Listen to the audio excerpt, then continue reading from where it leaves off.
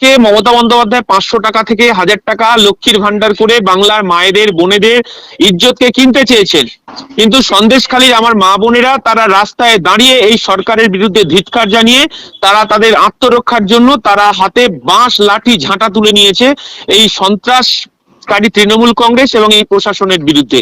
এবং এই আমরা মনে করি সন্দেশখালী যে পথ দেখিয়েছে এবং আজকে সারা পশ্চিম বাংলায় কোণে কোণে এই দাবানলের আগুন ছড়িয়ে পড়বে। যতই প্রশাসন আটকানোর চেষ্টা করুক না কেন, মমতা বন্দ্যোপাধ্যায়ের পুলিশ আটকানোর চেষ্টা করুক না কেন, উনি পারবেন না এবং গণতন্ত্র প্রতিষ্ঠার লক্ষ্যে আইএসএফ এর লড়াই জারি থাকবে।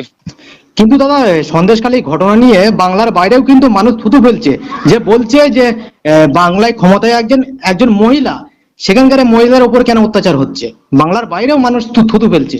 আজকে এই খাকিধারী পোশাক পরা পুলিশ, যে পুলিশ আজকে পশ্চিম বাংলায় যারা ধর্ষিতা হচ্ছে তাদের পরিবারেরও ট্যাক্সের টাকা আছে, গরিব খেটে খাওয়া শ্রমজীবী পশ্চিম বাংলার সমস্ত সাধারণ মানুষের করের টাকা এই খাকি পোশাকটা পড়ছে।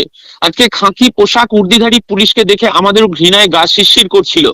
আমরা ওদেরকে পরিষ্কারভাবে পুলিশ প্রশাসনকে বলে এসেছি যে এইভাবে গণতান্ত্রিক আন্দোলনকে রোখা যাবে না। আমরা সন্দেশখালীতে আমরা মা বোনদের সঙ্গে কথা বলতে চাই, তার সত্ত্বেও আমাদেরকে আটকেছে। আমরা পরিষ্কারভাবে বলে এসেছি খাকি পোশাক খুলে তৃণমূলের ঝান্ডা ধরে রাস্তায় থাকুন। ওকে দাদা, ধন্যবাদ। ঠিক আছে।